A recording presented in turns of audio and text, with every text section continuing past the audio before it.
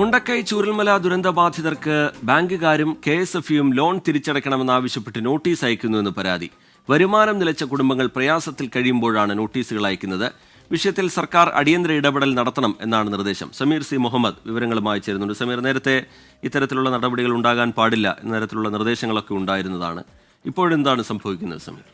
രജിത്ത്, മുണ്ടക്കൈ ചൂരൽമല ദുരന്തം നടന്ന് 7 മാസമാകുന്നു. വലിയ പ്രയാസത്തിലാണ് ഓരോ കുടുംബങ്ങളും കഴിഞ്ഞുകൂടുന്നത്. 298 പേർക്ക് ജീവൻ നഷ്ടമാവുകയും അനേകം പേരുടെ ജീവനോപാധികളെല്ലാം തന്നെ നഷ്ടമാവുകയും ചെയ്തു. അതിൻ്റെ ഒരു വലിയ ദുഃഖത്തിലാണ് ഓരോ കുടുംബവും കഴിഞ്ഞുകൂടുന്നത്. അതിനിടയിലാണ് ഇപ്പോൾ ലോൺ എടുത്തതിന് തിരിച്ചടവ് നിർബന്ധമാണെന്നും വളരെ വേഗത്തിൽ തിരിച്ചടക്കണം എന്നും ആവശ്യപ്പെട്ടുകൊണ്ട് നിരന്തരം ഇവർക്ക് നോട്ടീസ് നൽകുന്ന ഒരു സാഹചര്യം ഉണ്ടാകുന്നത്. ദുരന്ത ബാധിതർക്ക് വലിയ പ്രയാസത്തിലാണ്. നമുക്കൊപ്പം അത്തരത്തിൽ പ്രയാസം അനുഭവിക്കുന്ന ഏതാനും പേരുണ്ട്.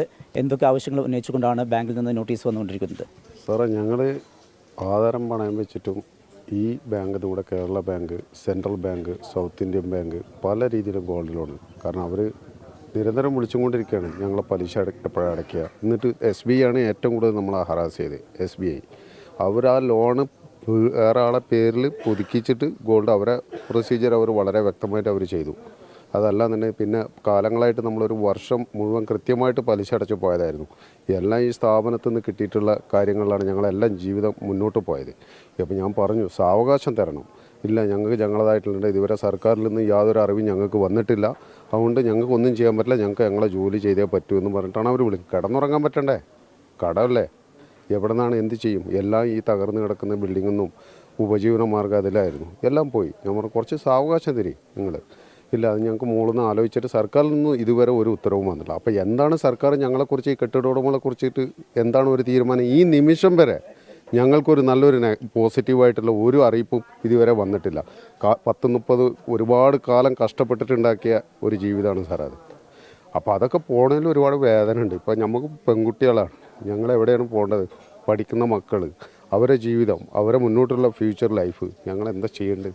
ഞങ്ങൾ ആരോടെ പറയേണ്ടത്? സർക്കാരാണ് ഇതുവരെ ഞങ്ങൾ ഈ കെട്ടിട ഉടമകളെക്കുറിച്ചിട്ട് ഒന്നും പറഞ്ഞിട്ടില്ല. ഇതുവരെ കണ്ണു നിറഞ്ഞില്ല. ഇപ്പോൾ ആദ്യമാകാണ്.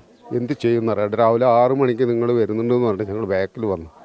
നിങ്ങളുടെ വണ്ടിയുടെ പുറകിലുണ്ടായിരുന്നു ഞങ്ങളെന്താ ചെയ്യണ്ടേ? അപ്പോൾ ഒരുപാട് വേദനയുണ്ട്. ഒരുപാട് പറയാനൊന്നുമില്ല. ഞങ്ങളെയും ഒന്ന് പരിഗണനയിൽ വെക്കണം. അത്രയും ഞങ്ങൾക്ക് പറയാം. ഞങ്ങളുടെ ലോണ് പൂർണ്ണമായിട്ട് എല്ലാവരും എഴുതി തള്ളണം. എഴുതി തള്ളിയേ പറ്റൂ. അല്ലാണ്ട് ഞങ്ങൾക്ക് മുന്നോട്ട് വേറെ ഒന്നുമില്ല. ഞങ്ങൾക്ക് മക്കളും കുടുംബങ്ങളെല്ലാം ഉണ്ട് ഇതുകൊണ്ട് ജീവിക്കുന്നത്. ഞങ്ങളെന്താ ചെയ്യണ്ടേ? ശ്രീജിത്ത്, ഈ വിഷയത്തിൽ സർക്കാരിൻ്റെ അടിയന്തര ഇടപെടൽ വേണമെന്ന ആവശ്യമാണ് ഉയരുന്നത്. നമുക്കൊപ്പം ഇപ്പോൾ KSFയിൽ നിന്ന് ഇത്തരത്തിലുള്ള നോട്ടീസ് ലഭിച്ച ഒരു വ്യക്തി കൂടി ചെയ്യുന്നത്. എന്തൊക്കെ കാര്യങ്ങളാണ് ആവശ്യപ്പെടുന്നത്? അതായത് ഞാൻ 10-30 വർഷമായിട്ട് ഇവിടെ കച്ചവടം ചെയ്യുന്നു. വാടക കൊടുത്ത ബിൽഡിംഗ് റൂമുകളുണ്ട്. അപ്പോൾ ഞാൻ താമസിക്കുന്നത് മേപ്പാടിയാണ്.